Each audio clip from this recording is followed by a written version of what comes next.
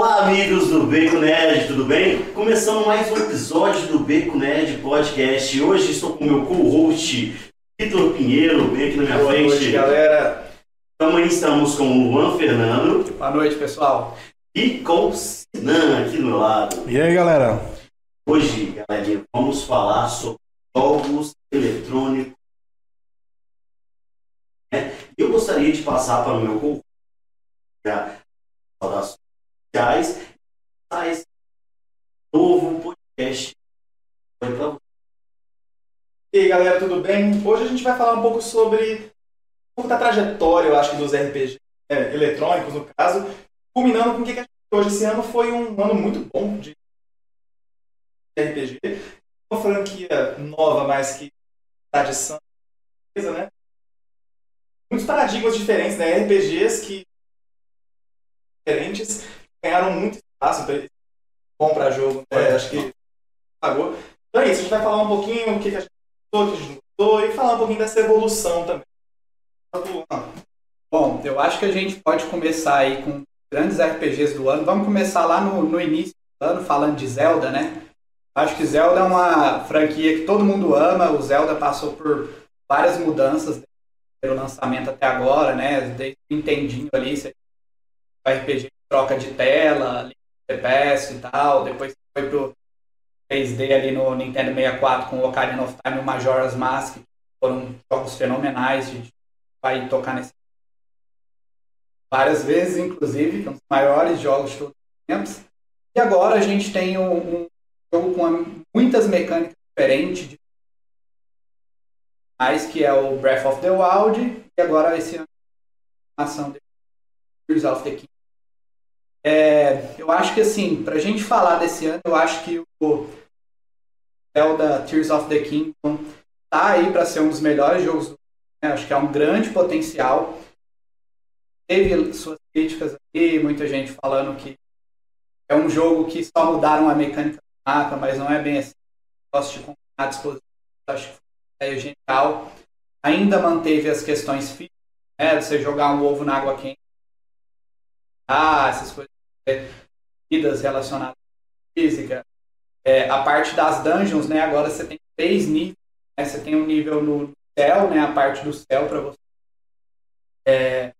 transportar para lá e ter outros tipos de mecânica. Você tem uma parte que é o subterrâneo, né? Um mundo subterrâneo ali, que tem outro nível de complexidade. Eu acho que até é um modelo tão complexo que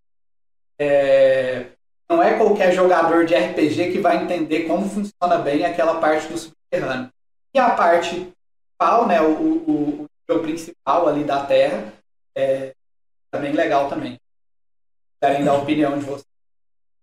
Uma coisa que a gente é bom relembrar também, que ele é um dos poucos Zeldas que é uma continuação direta. E direta eu digo assim, sem quebrar timeline, porque tudo bem, Majora's Mask é uma continuação muda, assim. E assim, por exemplo, tudo bem, Zelda 2 é uma continuação direta, ok.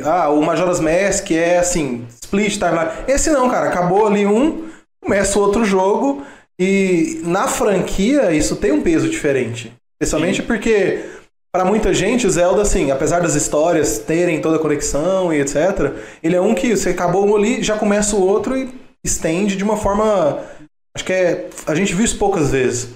Inclusive, o game inicia exatamente alguns anos depois, né, dos primeiros acontecimentos, aqui, com o Link, digamos assim, overpower, já todo poderoso, né? E aí reiniciar uma nova história, se sentir fraco de novo para você ir evoluindo. Acho que eles linkaram isso de forma perfeita. Ganon e Ganondorf, essas coisas assim. Quem entende até hoje o que é o Calamity Ganon, o que é o Ganondorf, achei legal essa parte. O Ganon parece o Ryu do Street Fighter, mas acho que eu acho que é o primeiro jogo da franquia de Zelda que realmente linka diretamente, né? Com os fatos encaixando muito bem entre o outro. Você vê que também tem uma mecânica diferenciada, né? No primeiro Zelda Breath of the Wild, você tinha lá as bestas gigantes, né? Que era como se fosse uma dungeon mega complexa que você ia destravando ali pedaços até chegar no boss para poder lutar com ele. Agora você tem uma mecânica bem diferente, que você tem que ir atrás de habilidades, digamos assim, completando suas habilidades para você ir avançando no jogo, porque são, de certa forma, relíquias, né, que ficaram ali cortadas através do tempo, né? Toda essa parte de viagem no tempo, ficar com a Zelda querendo dar mensagem. Vocês que gostam aí de chamar o Link Zelda, né? Acho que é um jogo... Claro. Não é o Zelda menino e o Zelda menina, não? É o Zelda. Tem uma outra coisa também que assim... Não sabe o que é Link Zelda. O que viralizou mais também foi a nova mecânica de combinar coisas e, assim... Achei fantástico. Do ponto de vista de gameplay e, claro, de replay. Que isso é um problema de alguns RPGs. Que, assim, alguns são extensos demais, você fica, já zerei uma vez, acabou. Esse não, o pessoal, especialmente a comunidade de modders e... vamos fazer um Zelda. Agora quer fazer um tanque de guerra no Zelda. É fenomenal que o pessoal consegue construir. Eu fico vendo vários vídeos do pessoal construindo máquinas assim, absurdas, prende um inimigo bem forte lá dentro, só usando as máquinas para poder matar. É um absurdo que a galera fazia. Geralmente nos JRPGs, né, você tinha que seguir uma história para talvez lá no final você ficar voltando nos lugares para fazer algumas coisas, mas você era meio que obrigado a seguir aquela história. Mesmo nos Final Fantasy clássico, 1, 2, 3 e 4, você só consegue ter essa liberdade depois que você tem 60%, 70% para você ficar fazendo coisas aleatórias e depois voltar para a história. Ficar farmando.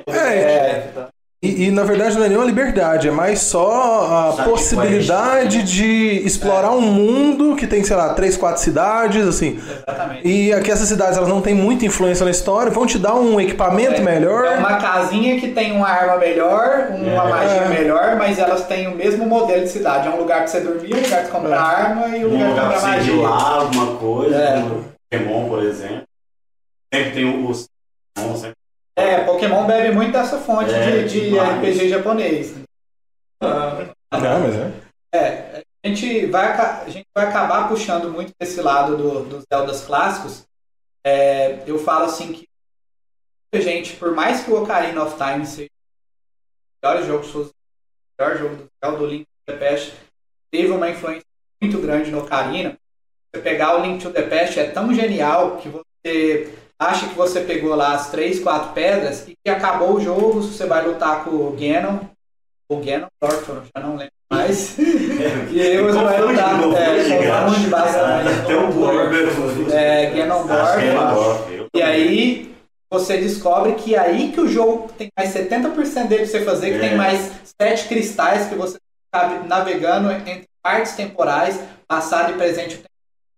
Novas dungeons vão ser liberadas, né? Tem um monte de side quest legal para você ao redor do mundo Zelda, né? Que era um Zelda que era troca de tela. Você tinha uma tela, fazia as coisas ali, ia para outro, carregava mais um cenário e tal. Mas é muito legal. Hoje, quando eu jogo Zelda Link to the Past, ainda é legal. Então, assim, pro público que jogou os Zeldas clássicos vai jogar hoje de novo, é legal. Mas se você for introduzir o Zelda clássico, uma grande maioria, complica um pouco. Aquela troca de tela incomoda muita gente. O negócio de ficar trocando. E eu acho que hoje esse modelo de você ter um jogo, zerar e opa, terminei o jogo, assim, que, por exemplo, Castlevania também fez isso no passado e tal. Hoje não sei se o pessoal se sustenta. Tipo assim, você acha que você zerou o jogo, hein? Vamos virar o castelo de cabeça pra baixo. Vamos voltar, vamos, tipo, acabar com seus poderes agora, Depende do gênero. Se ele fosse igual um Metroidvania da vida, a galera já espera isso. Não é, assim. Coisa, se não tiver essa volta depois que você zerou, acho que o pessoal vai assim, Inclusive, acho que Castlevania e Metroid, eles fomentaram um gênero novo de RPGs indies, né? Que é o Metroidvania, assim que... Guacamelee, por exemplo. Hoje, sabe, você tem, por exemplo, Rogue Legacy... Tem o grande Hollow Knight. Eu ia falar, Hollow Knight e tal. E são gêneros de RPG que são muito parecidos. Acho que a gente não pode não falar dos Metroidvanias, né? É um jogo de plataforma, né? Aquele jogo que você jogava no fliperama aí, mas bebe da fronte de RPG. Até o númerozinho de RPG. Mas eu acho que de todos o Castlevania, o que mais leva a parte de RPG, assim... mais a necessidade, que é aquela coisa, eu preciso... Porque a maioria dos Metroidvanias hoje, se você tem uma habilidade extrema jogando, que tem gente que é, assim, genial. No dedo mesmo. Você consegue zerar no dedo de primeira, sem... Agora, o Castlevania, não. Castlevania, se você não otimizar a sua rota, se você não pegar armas certas, upar status corretos, etc., você não vai conseguir. Mesmo os caras que fazem speedrun e tudo, eles pensam, olha, eu preciso dessa arma, eu preciso desse power-up, eu preciso comprar essa coisa certa, senão... Agora, por exemplo, os outros não. Tipo assim, você tem os power-ups necessários, Hollow Knight, se você tiver, tipo assim, uma habilidade incrível de não ser acertado, você sentou ali, senta o dedo, decorar os movimentos dos boss, espera 2 segundos, espero mais 3 aqui.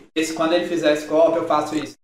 Que é uma coisa que mudou no RPG de hoje, assim, especialmente com Souls-like, eu acho que é isso, assim, você consegue zerar literalmente pelado. Não era uma coisa comum. Tem umas ideias surreais, assim, que os caras se... Uma coisa de reinvenção também que eu acho legal voltando pro Zelda, aí tá certo que eles voltam um pouco pra forma do Link to the Past, mas o Link to the Past teve de Game Boy e já mudou completamente. Você tem o Minish Cap, que é um dos mais incríveis que tem, e ele é totalmente diferente. Eles mudam completamente, assim. Engraçado, porque geralmente os desenvolvedores japoneses são extremamente cabeça dura, mas com o Zelda, pelo vídeo, e assim, no mesmo console, você pensa que você tem, tipo... inclusive, é legal que assim, até o Smash Bros. Deixa isso claro. Não, esse aqui é o Toon Link, esse aqui é o Kid Link, esse aqui é o Link adulto. E os jogos lançados todos assim, numa época parecida, com pouca diferença de tempo, você fala, são jogos completamente diferentes. Com habilidades diferentes, com mecânicas. Tem o Wind Waker, que é lindo, que é de... Link Cartoon, os jogos Cell Shader de grande sucesso. Eu lembro que na época a galera ficou até meio puta, assim, eu lembro. Numa temática completamente diferente. Você sai, por exemplo, eu tô acostumado com o Adult Link aqui e tal, você vem um Link criança, Cell Shade extremamente estilizado, estilo cartoon, jogo de navegação, assim, que te fala assim, não, o negócio é barco e vai embora. Aí você pensa, cadê o Zelda que eu joguei? Tipo, ontem que eu tava jogando. É o que Mas uma coisa que eu acho legal é que como o Zelda, todo mundo aceita muito fácil um Zelda ser totalmente diferente do outro. Coisa que não acontece até hoje com Final Fantasy.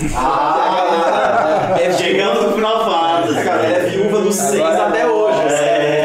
Então, assim, eu lembro que na época do 12, nossa, mas que combate esquisito. Trocar mecânica, autoplay. Eu sou um dos caras que não aceitei bem. Eu falo... Assim, o meu primeiro Final Fantasy foi o 9, que ainda era de turno. Assim, eu acho fabuloso o Final Fantasy 9, acho que um dos maiores RPGs de todos os tempos pra mim.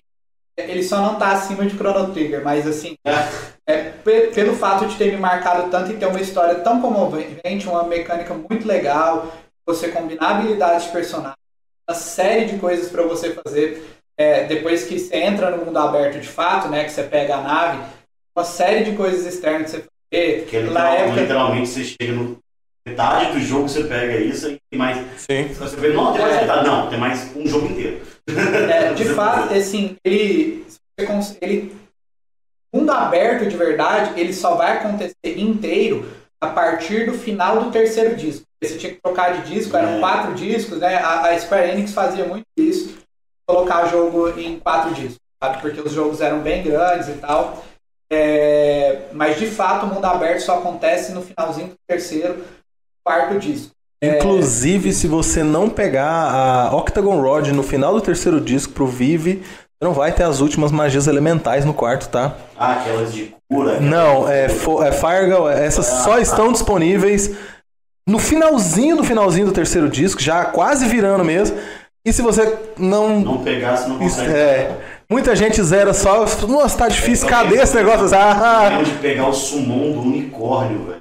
Esse é o Final Fantasy IV, que é o cavaleiro que era do mal, depois ele vira o Warrior. É o 4, é o Dark Knight. Então já começa com essas coisas de você ter. Era legal que na época não tinha internet, era tudo por trocar ideia com o colega, e as revistas que alguns tinham acesso, outros não, né? Você tinha as revistas que davam alguma coisa ou outra, aí o amigo que tinha acesso a essa revista passava informação, falava, pô, você terminou o jogo, o cara falava, não, tinha mais 3 ou 4 summons ali que você não pegou, aí você queria jogar o jogo de novo para poder pegar esses caras, e isso era bem legal. O negócio dos weapons foi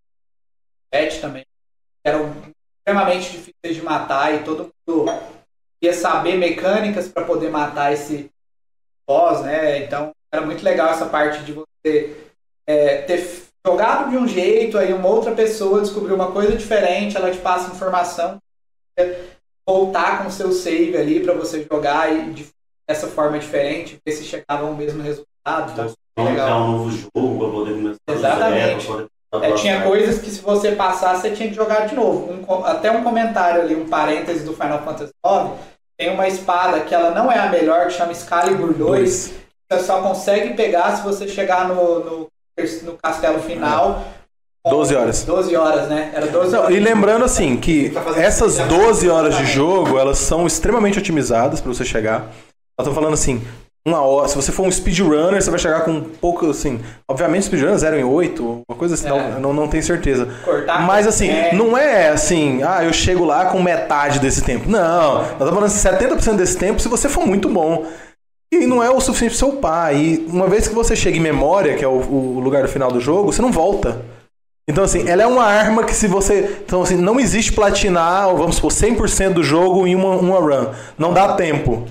E ela não é uma arma tão boa assim que vale a pena, sabe? Não, é só pra bragging rights. Muita gente pega só pra falar, eu consegui pegar Excalibur 2. Que eu acho mais fácil do que pular de corda 1000 vezes. Que é um outro troféu. Verdade. Esse é... Que, assim, tem um minigame no jogo que é pular corda, que é assim...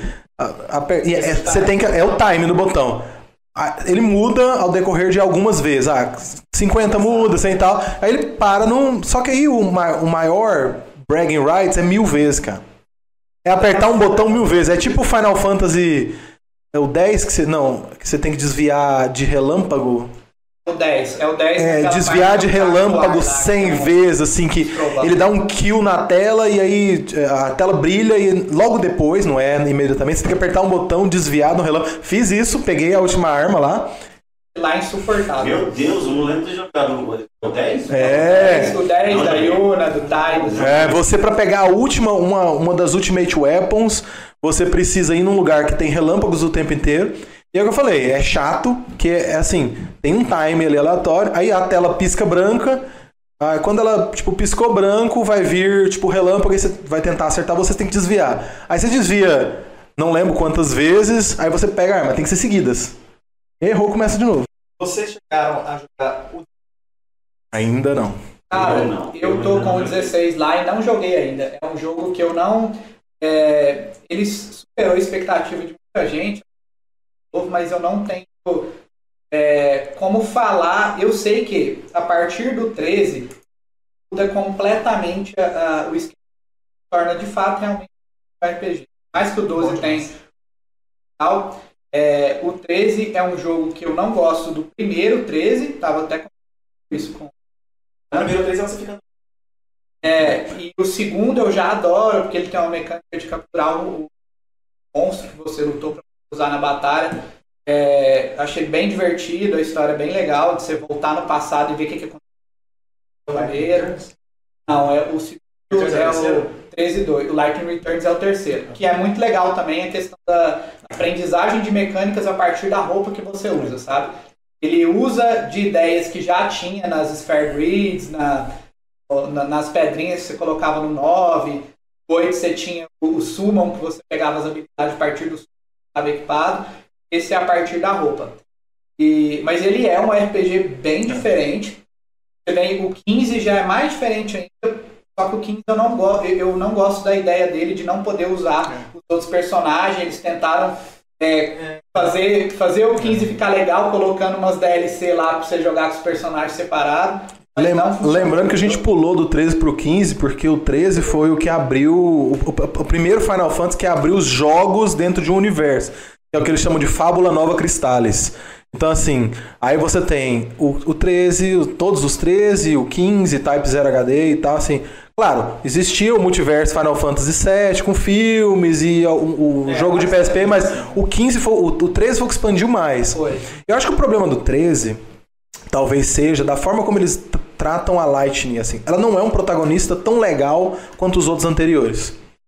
Ela só de fato vira um protagonista muito forte porque colocaram ela no Lightning Returns ali, é só ela. Então ela realmente explora mais, vê um pouquinho das soft skills dela, assim, de fato, mas ela realmente... Eu gosto mais da Vanille, por exemplo. Primeiro, Final Fantasy 3, eu gosto mais da Vanille. Por exemplo, em comparação, sei lá, com outra personagem feminina, que é a Yuna, que assim, você vê que ela tem um crescimento gigantesco ao longo do Final Fantasy X e tal. A Lightning, eu acho ela assim, obviamente ela é um personagem muito poderoso, eu acho fantástico. Só que ela parece que é sempre muito, igual o próprio jogo, muito linear, muito num corredor, assim, sabe? Tipo, pá, E os outros Final Fantasy não são isso. Eles têm uma transformação gigante de personagens que começa com o Cécio, que é um Dark Knight, vira o Zidane, que é um ladrão, malandro, e transforma, sabe? O Tidus, jogador de futebol, e de repente se torna herói. A Yuna... Arco mais interessante.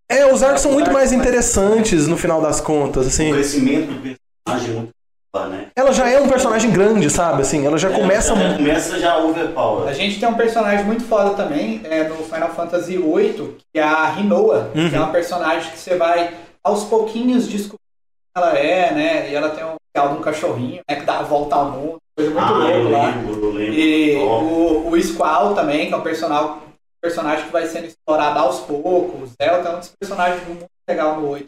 E o Final Fantasy VII? Foi onde a Nintendo ela perdeu a exclusividade e, assim, deu bobeira, eu acho. Deu muita bobeira. Mas, ali, cara, a quinta geração, a Sega e a Nintendo também, sim. Por então que a Sony do nada, tipo, né, pegou o gap dele. E a Sony ela pegou assim, a Nintendo ela fez a bobeira de não fechar com o PlayStation e acabou. A Sega recusou com a Sony, os dois recusou. E aí a Sony fez duas coisas. Ela, beleza, eu vou fazer meu console, e ainda pegou umas ideias de franquias, tipo que... Primeiro eles pegaram os direitos de Final Fantasy ali, exclusividades. Já foi um negócio que foi um boom no Japão, claro, aqui a gente teve menos, mas foi a primeira vez dos RPGs que internacionalizou mais. A gente tem que lembrar, principalmente, que no Ocidente a gente não teve 6 Final Fantasy. Sim. Esse é um assunto... A gente não teve Final Fantasies como tinha no Japão aqui. Não. Eles vieram pra cá com outro nome. Final Fantasy era muito ruim. Não, a gente teve 3 Final Fantasies assim que chegaram. Só pra explicar como que funciona, muita gente até hoje não sabe como funciona a linha de tempo do Final Fantasy. Então você tem Final Fantasy I, Final Fantasy I lançado pro Super Famicom e foi lançado pro Famicom, né, no caso, e pro Nintendinho. Então ele tem a versão americana dele no cartucho maior e tem a versão no cartucho pequeno pro Famicom. Depois a gente tem o Final Fantasy II, que só foi lançado no Japão. Tá? A gente tem o Final Fantasy III, que também foi só no Japão, que é o do Onion Knight, né? Sim. O guerreiro. E a gente tem o Final Fantasy IV. Final Fantasy IV, que no caso, Final Fantasy IV era o nosso Final Fantasy III. 4 é da Terra? 4 é o do Cecil. Dark Knight. A gente tem o Final Fantasy V japonês, que só foi lançado no Japão, que é o das profissões. E o Final Fantasy VI. Né? Isso. O Final Fantasy VI japonês é o da Terra e no americano é o 3. Então aí ele tem toda essa mecânica. A partir daí tem o 4, que é a mesma coisa, americano. Desculpa, o Final 4, que é o 2. E aí, do 3, nossa, a gente já pula pro 7. Aí já se mantém um padrão, né? Do 7, 8, 9 pra frente. A gente ainda teve um outro Final Fantasy, Mystic Quest. Mystic Quest, que era pra ser um Final Fantasy e saiu da mecânica. Mystic Quest chama Final Fantasy. Final Fantasy Mystic Quest. Ele tem uma outra pegada. É igual o Final Fantasy Tactics.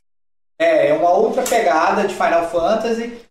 Eu não lembro porquê, não sei se é questão de diretor, eu sei que era pra ser o estilo verdadeiro do Final Fantasy, não foi, alguma coisa assim. É um Final Fantasy que saiu pra Super Nintendo. Tá fora da linha do... Mas qual vocês preferem? Os tradicionais ou os action? Falando de Final eu gosto tradicional porque eu gosto muito do turno. Eu escolher, combinar opções, tal, fazer essa questão do turno. Me marcou muito porque eu comecei com RPGs assim, eu joguei mais RPGs.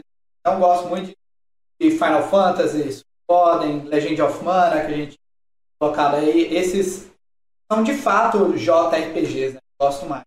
Os RPG raiz. Essa Nutella. Eu gosto muito do ATB, né? Que é o Time Bar, assim. Do Final Fantasy IX eu acho legal.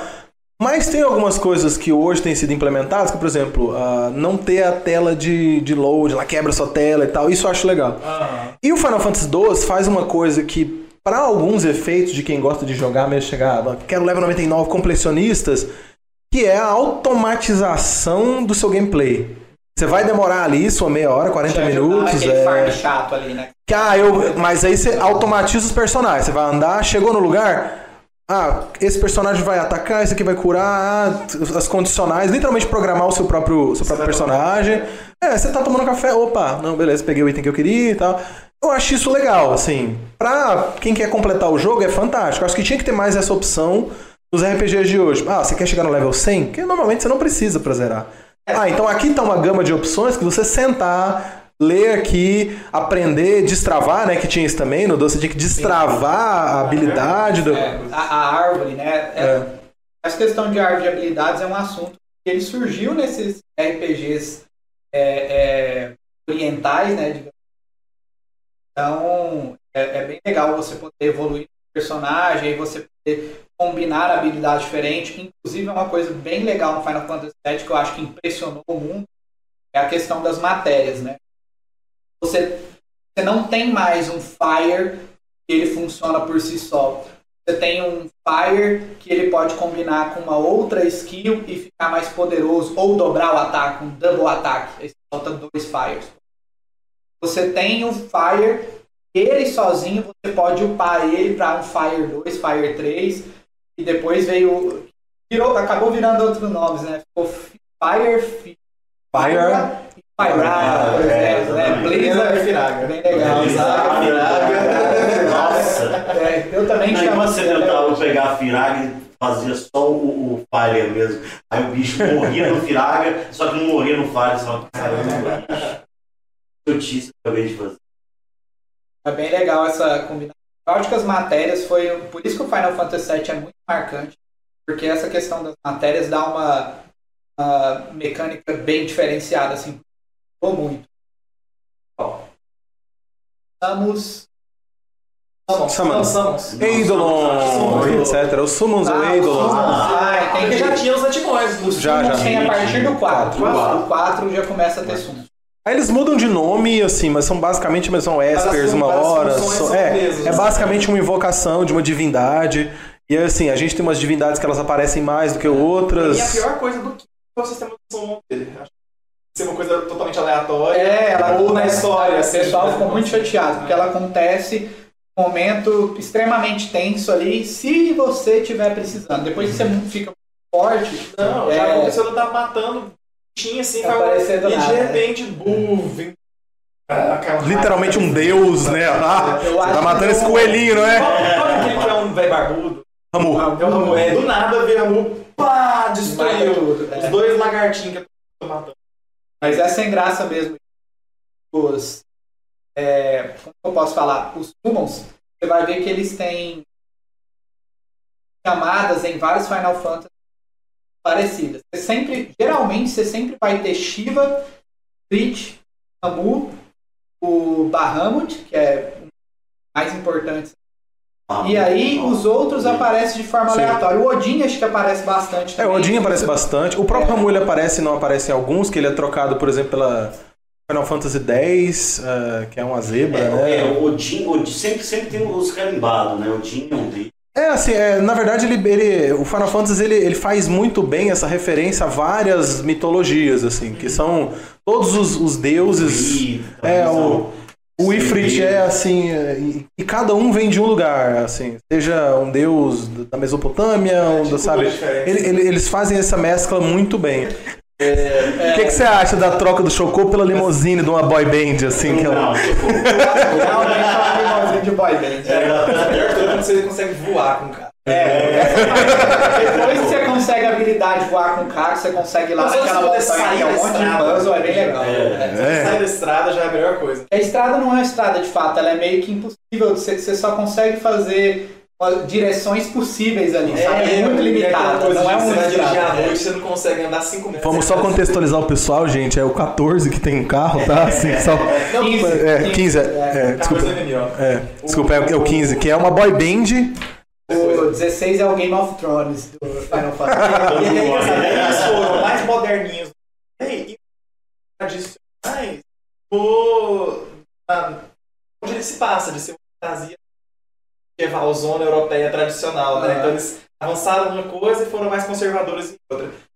Até porque, quando a gente pega os calendários de lançamento de RPGs no Japão, assim, historicamente, nos últimos 30 anos, você lança muito mais RPG no Japão só pro Japão. Então, assim, do Japão pro Japão, eles têm uma temática bem diferente. Então, assim, é muito mais familiar pra eles. Até por isso a maioria dos personagens dos RPGs lá são... Você pega o Final Fantasy XV, eles são majoritariamente...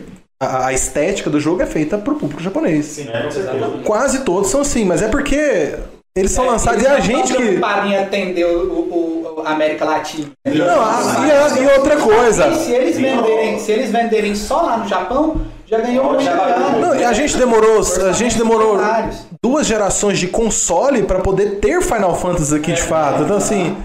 tipo assim, a gente teve que importar muitos jogos de lá em japonês, ou jogos americanos. Eu joguei Final Fantasy V japonês, cara. Sofrimento total. Você não sabe se é possível, mano.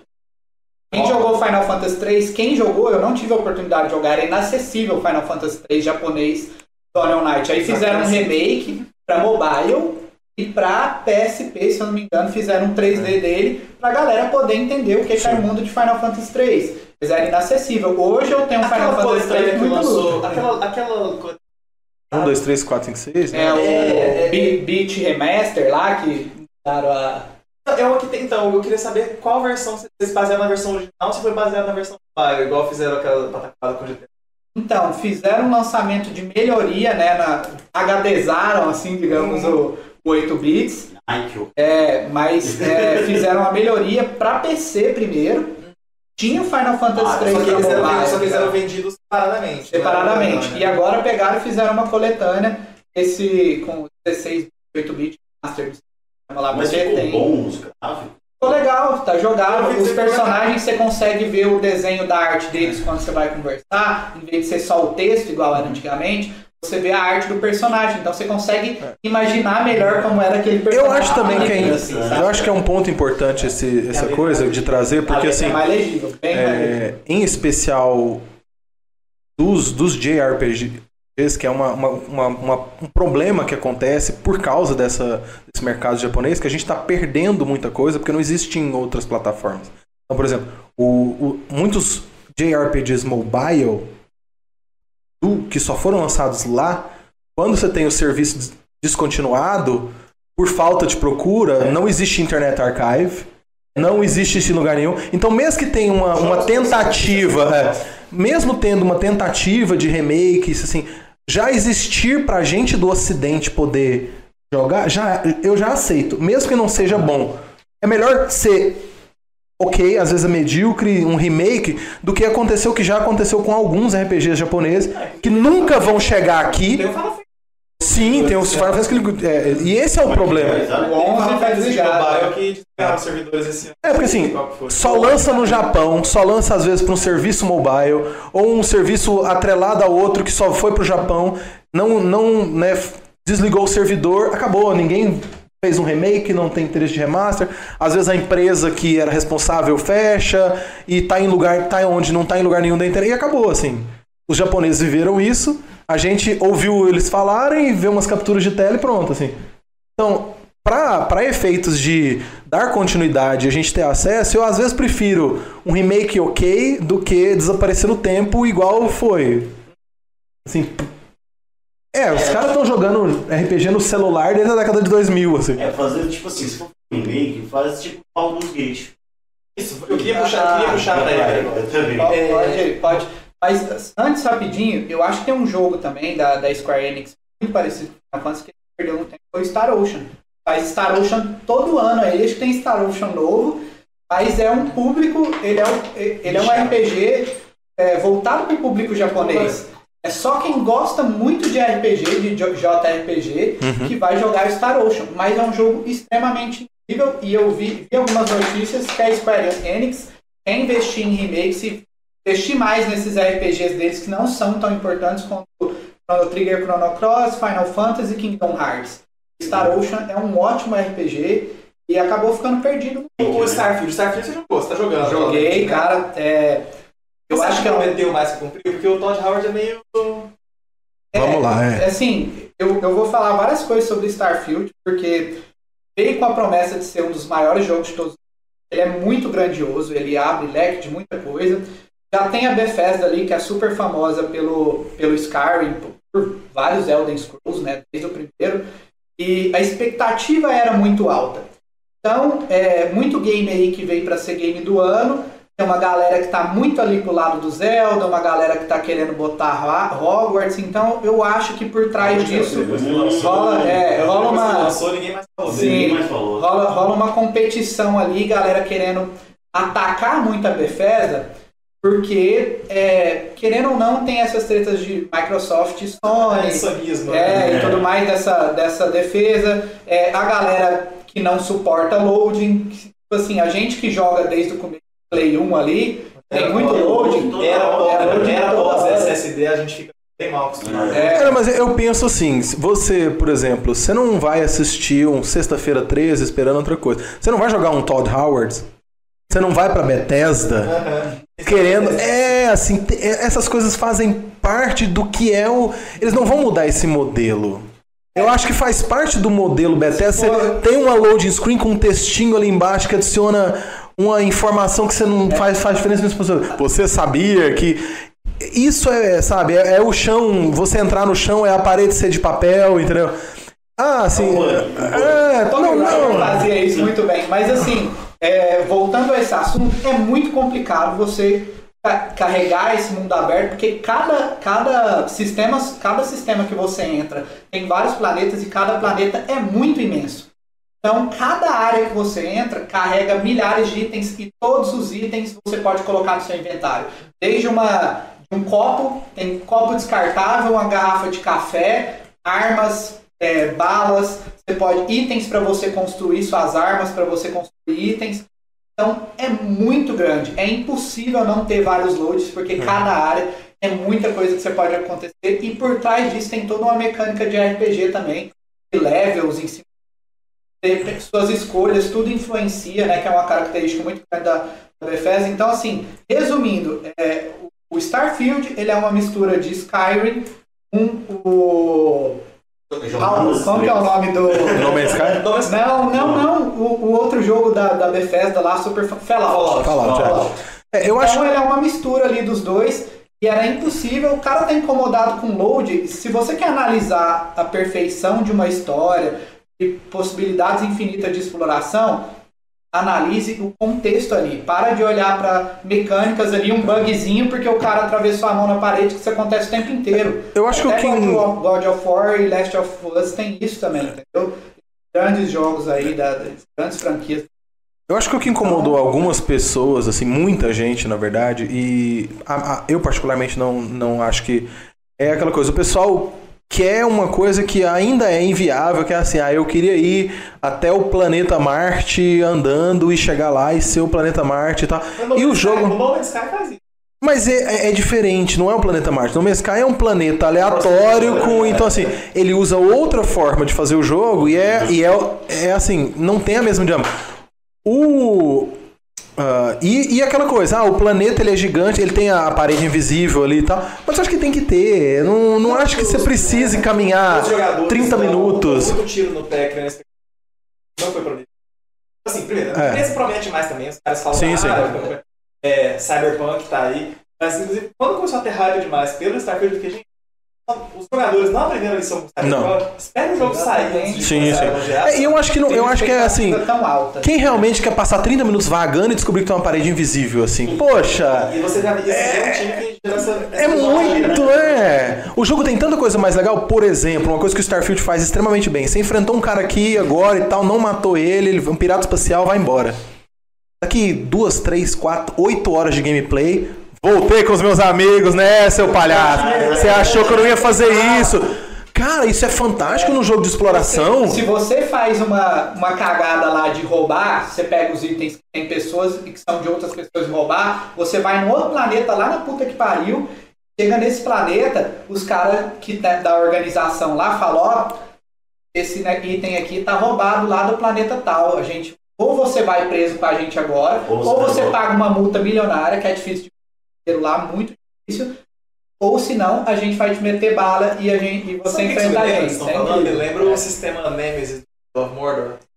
Mas é isso. É isso. Só que aí numa escala, isso pra mim faz muito mais sentido do que eu ter um mapa que eu ando 40 minutos. Eu acho muito mais legal. Joguei 8 horas. Cara, imagina você jogar horas, aí de repente você esqueceu que aquele cara existe. Ele, lembrou de mim? Eu trouxe mais 2 naves aqui, esses brother meu aqui, ó, pra te... Já ouviu falar de você pode pertencer a várias facções. Então, se você é de uma facção que teoricamente tem os princípios dele ali, mas que é uma facção que age roubando, que mata sem dó e tal, mas tem os princípios dela. Então, às vezes você está fazendo uma coisa errada, mas os princípios da facção é legal, você entra naquela facção. Permitem fazer aquilo, né? E aí uma outra facção vira sua inimiga, porque você entrou. Se você entrar na facção lá da proteção das colônias, tem toda uma política por trás. E o legal disso é que se você voltar na Terra, a Terra tá toda ferrada lá. Tem a NASA lá, então eles homenagearam a NASA, e a NASA homenageou eles também no Instagram, pra trás. Você vê o que fez culminar essa exploração do universo, o que aconteceu com a NASA, por que conseguimos, assim, digamos, 400, 300 anos assim, depois, que é a que atual, 2.300 alguma coisa, nem tá tão longe, a gente conseguiu esse nível tão foda de exploração. Tem naves que tem um motor gravitacional, aí cada motor gravitacional você consegue chegar até uma distância, então você consegue acessar todos os planetas antes. Você tem que ter naves boas, tem a construção de naves que é magnífica. Não são todos os planetas, mais de 1000 planetas. Então tem planetas que é só de exploração chata de pedra, tem planetas que é só de catar item ali, planetas que servem ali de fato para você construir suas bases, e planetas que tem cidades. Então você tem cidade cyberpunk ali, você tem cidade que é toda voltada para segurança, você tem subúrbios, digamos ali, a galera do underground, assim, que homenageia como que é o underground aqui no mundo real. Então, assim, você vê o crescimento da história, que existem as mesmas políticas hoje. Então é incrível, assim, é um mundo que eu não consegui explorar totalmente, mesmo com horas de jogo. Então é um potencial jogo do ano, e eu acho que talvez ele trouxe elementos que nunca foram capazes, que é uma exploração espacial intensa.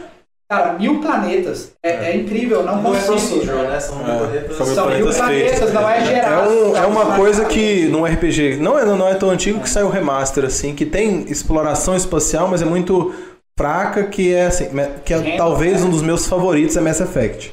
É um dos meus RPGs. Pra mim, é uma das melhores histórias que um RPG pode colocar na mesa, apesar dos pesares, assim. Apesar da treta do DLC. Eu acredito que é o seguinte, foi lançado antes do tempo. Eu acho que Mass Effect, como história e como RPG mesmo, ele te dá elementos do RPG clássico que poucos jogos te dão, assim, que eu quero jogar de forma telepática, não sei o quê. Eu quero ser um sniper, Isso muda drasticamente sua gameplay.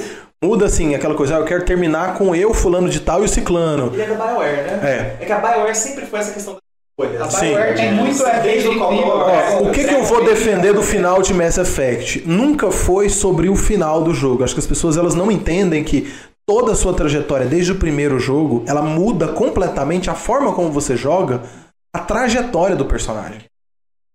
Não é. Eu não acho que é sobre o amor, mas é sobre, assim, o jogo te travar opções. Travar, inclusive, opções de personagens jogáveis, de lugares que você pode, de coisas que você pode fazer, de diálogos, porque você foi mais mal, ou mais bom, ou mais neutro, é muito mais legal do que o final. Mas o final só muda uma coisinha aqui. Mas e o jogo que você mudou completamente? Se você quer ser um cara mal. Se você quer ser um cara mal. Essa pessoa aqui não fala com você porque você é mal. O mundo RPG. A escolhas. Ele é sobre a escolha durante o gameplay. O final não faz assim. O RPG ocidental é muito voltado para a questão de escolha. Tanto é, no próprio Starfield, você pode construir relações, até mesmo casar com o personagem, várias relações diferentes acontecendo ao mesmo tempo com seus tripulantes. Então você pode montar sua tripulação, não é uma tripulação pronta. Você pode ir em planetas diferentes, recrutar pessoas para sua tripulação. Então, cara, eu realmente me sinto de verdade pela primeira vez em jogo como se eu estivesse dentro do universo Star Wars. Não é o universo Star Wars, mas eu me sinto de verdade que eu tô fora do planeta. A trilha sonora... Porque eles tinham feito jogo de Star Wars. Já tentou vários, mas eu me sinto de verdade explorando o planeta. Eu acho que essa construção... Então, você me falou que pode ir lá, criar sua tripulação. Você pode jogar ao mesmo tempo com os amigos na nave. Seus amigos não... Você pode ser um piloto sozinho também. Sozinho também. Você pode ser um piloto sem ninguém na tripulação. Porque eu li, mais ou menos, em naves que pegam até 32. Tem naves colossais, assim. Tem naves que são tão colossais que eles fizeram até um esquema... quando a nave vai pousar, tem meio que uma cenazinha ali de pousar a nave. Então tem naves tão colossais que eles tiveram que mudar a forma como o cenário é mostrado na hora de pousar, porque elas são muito grandes.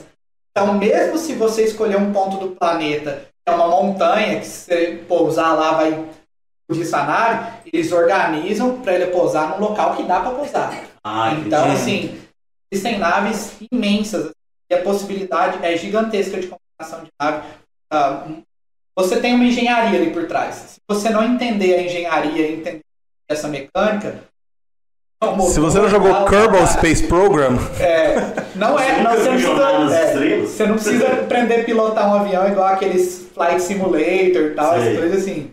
Mas você precisa entender um pouco da engenharia ali pra você construir uma nave legal. Senão você só eu acho que é legal esse... engenharia, compre a nave e vai andar na nave. Eu acho que ele faz assim, ele adiciona um elemento de um jogo que é fantástico, apesar de não ser RPG, que é o Kerbal Space Program, que é assim, você monta a sua nave e lança. Mas aí tem motores, tem aerodinâmica... E assim, o jogo é quase um minigame só disso. Mas é legal você ter, tipo assim, um minigame dentro do... Isso eu acho que adiciona ao RPG, que é o Starfield. O pessoal tem reclamado, mas assim, é um minigame de montar sua nave. Isso é muito legal, é muito, assim... E o pessoal montando naves de séries. A nave funcionando, que ela te aponta erros. Tá faltando alguma coisa aqui ou ali. Você não pode ter tantas armas com uma energia X ou Y. Então ela aponta, quando você monta uma nave bonita e tal, é da hora demais. Fala, minha nave vai viajar. Você realmente vai pro espaço, controla a nave, a visão da nave é legal. Então acho que é um jogo promissor que a galera tá tentando derrubar aí, igual fizeram com Cyberpunk, cheio de bug no início ali, mas é um jogo fenomenal também. Parece que depois do último DLC deu uma arrumada boa, né? Mas é o seguinte, Cyberpunk... Sim. Chamaram o Keanu Reeves, né? É o famoso 2020. Keanu Reeves. Mas então, assim, eles investiram muito em marketing. Quando o jogo investe em marketing, você pode ter certeza que tem... O que o Baldur's Gate não fez, né? Assim, eles chegaram de fininho. Ele já tava no Early Access em 2020 também, eu acho, né? E tomaram o tempo que, por exemplo, No Man's Sky foi lançado em cima da hora. Mass Effect 3, lançado em cima da hora, assim, tipo... Uma empresa menor com menos de investidor, de acionista. Imagina um No Man's Sky lançado um ano depois, ou um Mass Effect 3 lançado 6 meses depois. Teriam sido jogos completamente mais bem aceitos. Não diria melhores, que hoje os jogos são assim... Mas pega mal o jogo, ter uma data de prorrogar ela. Né? Eu acho que pega mal até certo ponto. Hoje o público entende que é melhor esperar 6 meses, melhor esperar um ano e entregar... Eles demoram 10 anos para lançar o Final Fantasy. O grande público geral, galera normalzona, sabe muito data de jogo. Eles não vão acompanhar, né? E quem acompanha sabe que ainda tem crunch, tem problema de abuso de trabalho. Então o pessoal é mais consciente que... E tem aquela frase famosa atribuída, acho que foi ao Satoru Iwata ou ao Shigeru. Um jogo ruim é pra sempre. Se você for atrasado, ele vai ser atrasado, mas... o jogo... Então assim, depois que E Cyberpunk, por exemplo, perdeu a fé do público. Sim. Então, pode ser Ninguém teria se importado. Uma empresa bem... A CD Projekt Red é uma das empresas mais famosas de todos os tempos. Sim. Então, assim, eu olhando pelo lado, eu sei que o desenvolvimento é demorado, eu sei que existe abuso lá. A Blizzard é um grande... Isso que aconteceu, que a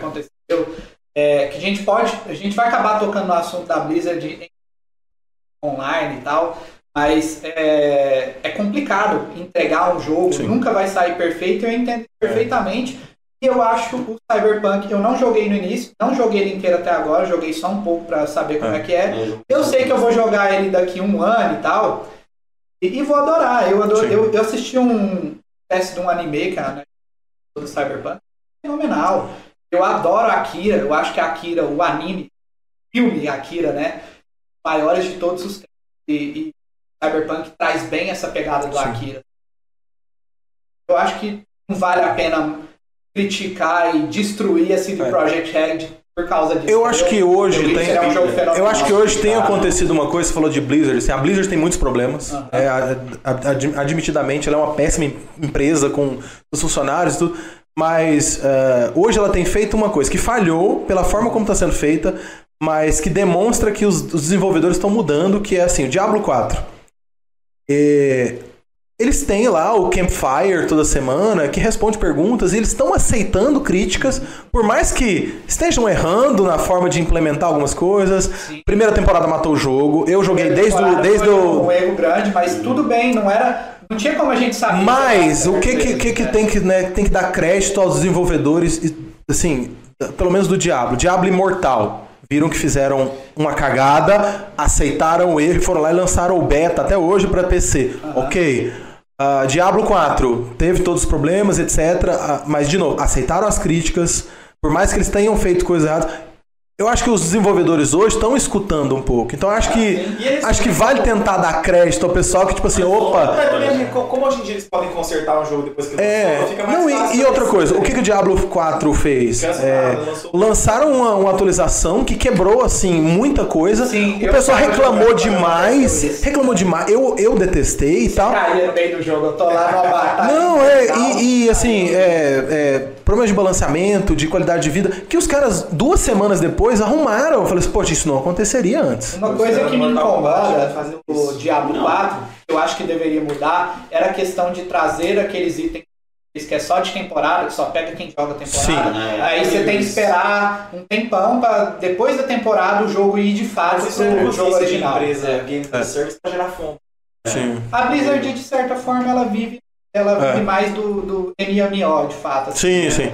Então tanto é que hoje o Diablo 4 tá minguado, deve ter menos player do que o cara do Going Up na Twitch. Se você for olhar o pessoal fazendo stream, tirou o jogo do ar por problemas de licenciamento.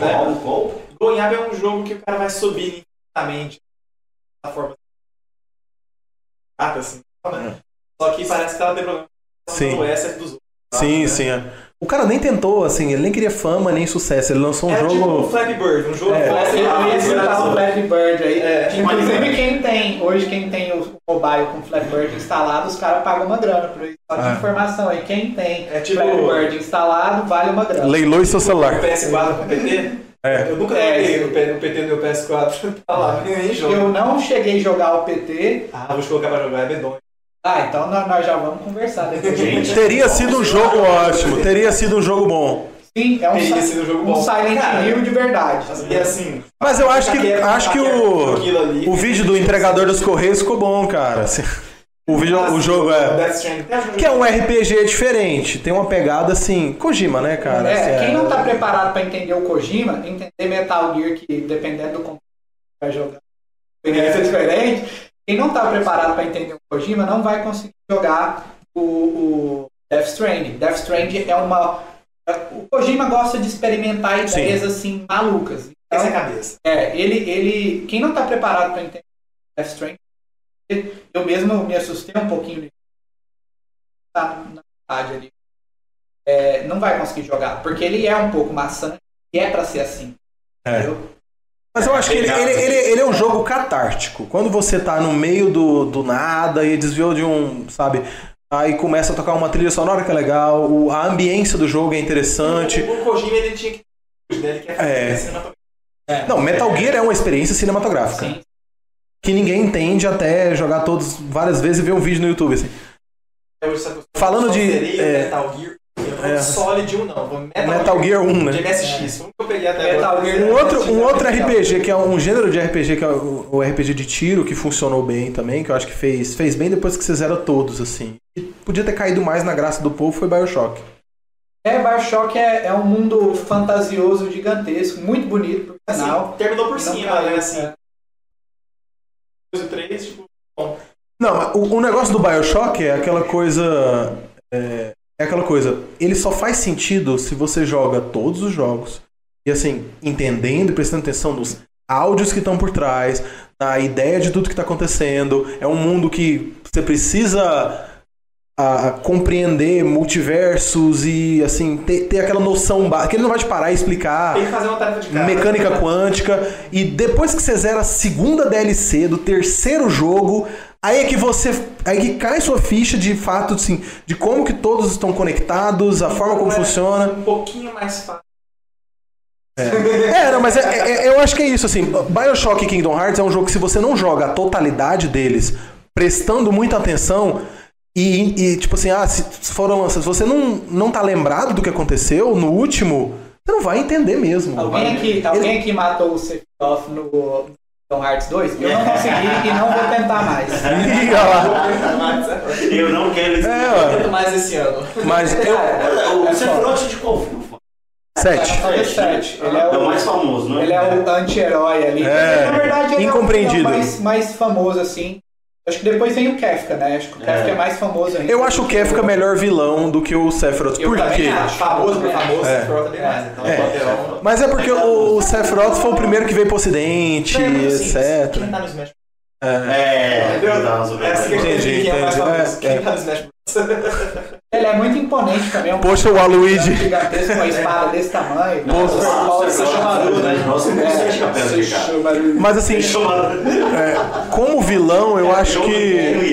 Eu acho os dois tão parecidos que uma vez eu fui pesquisar pra ver se alguém tinha desenhado os dois lutando um contra o outro. Porque os dois personagens são o mesmo arquétipo. Pra quê? Só Hentai. Só apareceu. Regra 34. Só apareceu os dois. A única luta que aconteceu foi amorosa de ser Shumaru como Não. Vamos para Baldur's Gate. Falando em regra 34, falando em regra 34, Baldur's Gate. Você quer jogar Baldur's Gate? Sim, assim, não na totalidade, previamente e tal, mas o que eu achei fantástico do Baldur's Gate? Ele é um jogo lançado de forma completa. Sim. Ele não tem... você não vai precisar de uma atualização. Mas por quê? De novo a gente entra naquilo. Baldur's Gate tomou seu tempo, cara. E foi por uma empresa de... mais médio. Não foi uma empresa índia. Eu acho que as pessoas não estão preparadas para entender a quantidade de mecânica que você tem no Baldur's Gate. Por isso que eu falo, você não pode sair falando assim, só o jogo chegou agora, tem pouco tempo, como o melhor jogo do ano, que as pessoas não conseguiram nem explorar. Não, só pra falar explorar, e às vezes você nem exatamente. E assim, eu não joguei ainda de fato, eu vi algumas gameplays, a Sunny foi jogando também. Pretendo jogar depois com mais calma pra entender. Eu sei que é muito voltado para RPG de mesa, o sorteio e tudo mais. Então, encher o inventário de caixa, empilhar elas e pular os muros. Eu acho que assim, a galera tá muito focada na questão dos relacionamentos lá. Liberdade, do sexo ali. A galera tá muito na internet fazendo altos vídeos. O speedrun de relacionamentos atual, ele é 2 minutos e 3. Vamos falar sobre isso no podcast. Não, mas é só lembrando, tá? Se você quiser recorde mundial de relacionamentos no Baldur's Gate com glitch, é 2 minutos e 3 segundos. Não, mas tem um com glitch já mais baixo, cara. Não, ainda não. Ainda tô demorando aí uns 15 minutos pra... Mas o pessoal tá muito focado, mas muito jogo te dá uma possibilidade de criar coisa e tal, assim, porque os primeiros só o pessoal mostrando o que dá conta de fazer. Explorar o mais rápido possível. Mas o negócio é que o jogador médio não vai juntar 30 caixas, empilhar e entrar no castelo. Ele não vai jogar de Explode Mancer e pegar um monte de barril explosivo, colocar em um lugar, acender e matar tudo que você precisa sem em stealth mode, assim. Não vai. O jogador médio não tem essa paciência de explorar e passar 40 minutos juntando barril e colocando em um lugar específico. Se ele não é capaz de jogar jogo de turno, ele vai... Não vai, Cada passinho são micropassos pra você atacar, fazer o... As pessoas estão medindo o Baldur's Gate. Não, assim, o pessoal não quer fazer isso. É muito de modismo. Na primeira vez, assim, imagina o jogador médio, ele não vai na primeira vez que, você quer realmente fazer essa coisa que pula esse tanto de jogo, então você passa, tipo, você vai lá, pega a caixa naquela cidade e volta, pega não sei o que e volta, vai pro seu acampamento e enche ele de corpos de NPCs e tal. O jogador médio não faz isso, ele quer sentar, jogar. Cara, você não... É o cara que quer fazer a zoeira. Não, ele te abre essas possibilidades, mas isso viraliza, óbvio que viraliza. É legal ver o cara que quebrou o jogo, tá super devagar, porque ele pegou o cadáver de todos os NPCs e botou no acampamento dele, até o jogo começar a lagar. Que gera aquela comunidade bem específica do jogo, depois fica anos... Sim, mas essas invenções de moda não são o jogo. Essas invenções de moda são coisas que tem gente que quer explorar. Tipo Zelda. Mas o pessoal... máquina no Zelda. Mas a pessoa, o jogador médio, ele não quer fazer isso. Não, mas ele vê isso, mas ele ele vê no YouTube, isso. Ele vê no TikTok, um vídeo rápido de cara fazendo isso. Mas quando você vai analisar um jogo pra saber se ele é o melhor do ano, eu acho que, assim... A gente tem que... É relativo. É exatamente isso que eu tô falando. É porque hoje tem essa coisa de, qual é o melhor RPG da atualidade? Assim, tem... Tem o que você gosta. Eu, pra mim, não tenho o melhor do ano hoje. Sim, não dá pra... Não é o melhor do ano. Exatamente. Eu acho que dá pra separar em melhor técnica. Sim. E o seu preferido. Tecnicamente você fala, não, porque esse tem bug, porque esse, dentro do que ele faz, o escopo do orçamento dele, o gráfico é legal, porque o som é legal, a direção de arte é legal. Então, tecnicamente, dá pra você juntar e falar... eu acho que tecnicamente, vamos falar tecnicamente, assim, Zelda é um contender grande. Por quê? A música é boa, a história é excelente, o gameplay é polido, é um jogo divertido. Então, assim, se você for analisar esses aspectos... Tem que procurar defeito, né? Exatamente. Baldur's Gate, ele tem essa mesma coisa, mas aí é aquela coisa, aí você tem que entrar na subjetividade. Orçamento menor, tem que botar isso em categoria. Sim, aí assim, quando você pesa os dois, você vê assim, tecnicamente eles têm... né? Mas aí vai entrar o... É meio subjetivo, qual aí qual história é mais cativante? Isso aí é subjetivo. O qual tem mais, sabe? Se colocar tudo na mesa, mas hoje eu acho que, tecnicamente, se a gente for analisar de forma técnica, Baldur's Gate e Zelda são polidos. É isso. Não, sim, aí o resto, assim... Eu acho que Final Fantasy XVI tá polidinho também, galera. Que eu ouvi falar, ele tá... Eu só não acho que tem tempo suficiente. Eu acho que é um jogo fechadinho, mas eu não acho que ele tá lá pra, assim... É um jogo fantástico, é legal demais, mas Final Fantasy como o melhor jogo do ano, não acho que vai acontecer. É um jogo muito curtinho, não é? Ele é mais seguro, assim. É a lição de casa bem feita. É isso. É receita do bolo do dia. Sim. Né, de RPG. Ele acerta bem nesse. É porque a Square Enix está muito mais preocupada com o universo Final Fantasy VII do que esse jogo ficou meio assim, construidinho ali. Que talvez, assim, o hype do 7 eu não acho que vai viver as expectativas. Eu acho que isso demorando demais. Eu acho que não. Acaba cansando de esperar um pouco. E não só cansando de esperar. As pessoas esperam que Final Fantasy VII seja como foi. E nunca vai ser. Na verdade, eu acho que eles estão jogando muito tempo para saber o que eles vão fazer. Sim. Eles estão tentando, por exemplo, é igual um filme que nunca sai. Vamos fazer um labirinto. E também é coisa de... o Coringa para ganhar dinheiro para qualquer hora, assim. Sim. Nossa, você tá acabando dinheiro? Vamos lançar, vamos anunciar alguma coisa do Final Fantasy VII? Oba, aí a conta... Final Fantasy VII já dá certo só pelo nome, só pela história. Entendeu? Não, por exemplo, o 7 Remake agora, eu acho que ele faz umas coisas que são desnecessárias, mas ele fez pra lançar em 2 jogos e mais DLCs. Prolongou demais. Ele não precisava ter prolongado. Midgard não precisa ser prolongado. Não tem essa importância tão grande. Não adianta ficar colocando um monte de side questzinho lá pra você matar bichinho, pegar item e entregar pro carinha lá. Eu perdi meu gato! O grande público também lembra muito de Sim. Exatamente. Mas assim, precisava mesmo colocar o minigame de achar o gato, cara? Assim, realmente era uma necessidade. Pra competir com o Stray.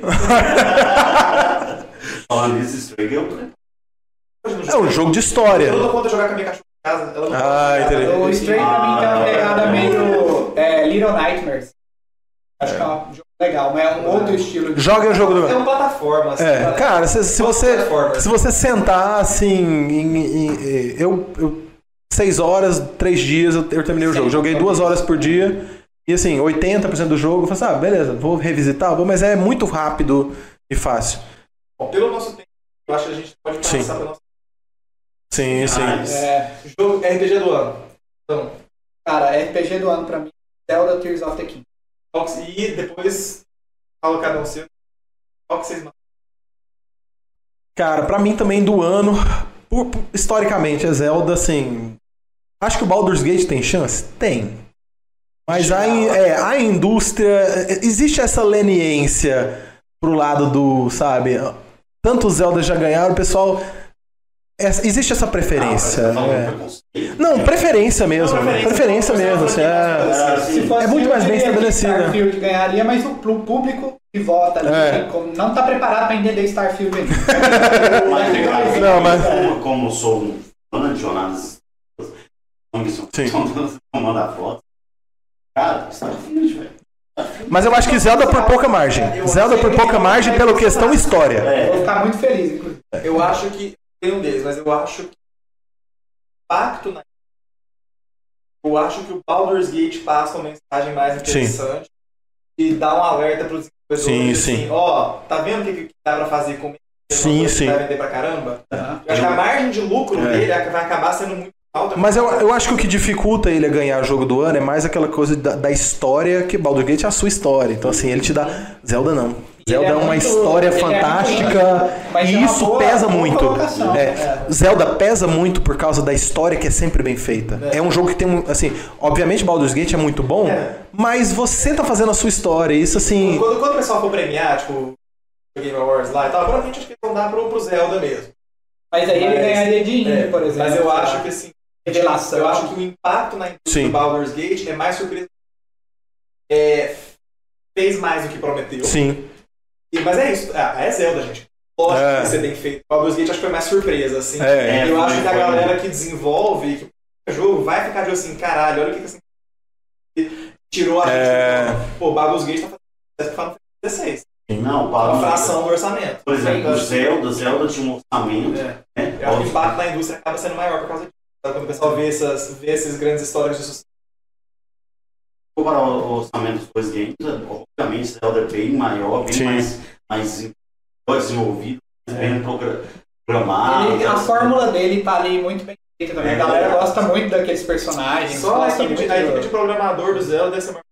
Não, e aquela coisa, assim, nós estamos falando da Nintendo, que é a única empresa de jogos que é centenária. Então, assim, eles sabem o que estão fazendo. Dificilmente, nessas franquias deles, Zelda, Mario, Metroid, eles dificilmente falham. Assim, raramente falham.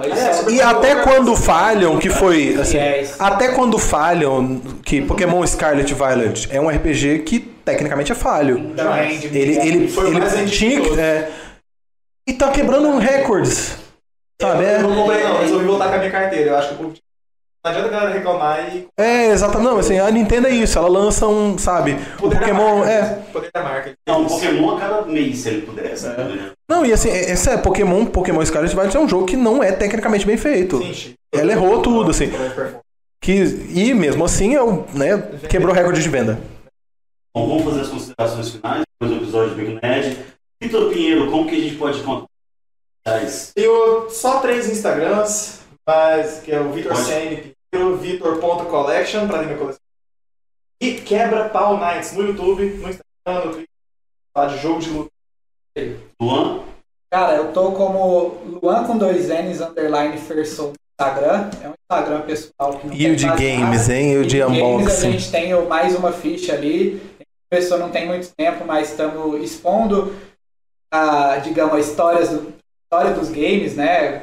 Itens raros, itens antigos ali, então tá bem legal. Tem o PlayStation da Yakuza lá, gente, vai ver. O PlayStation da Yakuza, foi bom vocês falarem que é uma boa de mostrar um item muito legal, um item muito bonito. A gente acabou não tendo, são muitos itens, né, que se acumularam e a gente tem que ficar meio que escolhendo ali para poder mostrar e tal.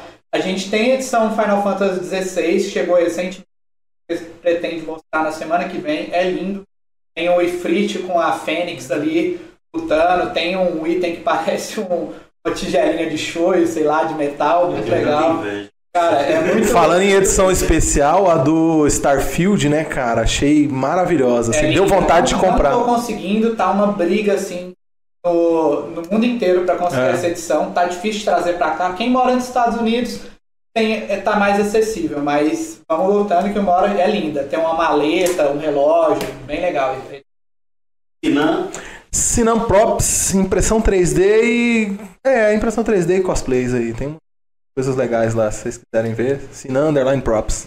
Enquanto o seu host aqui é o ponto Esteves, o nome é Beco Nerd, tá? Underline Eventos. Temos também a loja ponto Space Nerd, tá bom? E eu acho que encerramos mais uma vez, mais um episódio bem feito aqui. Daqui pro karaokê. Daqui pro karaokê, porque a gente vai... Bora descer o Bakamitai. Exatamente, o saque vai rolar solto.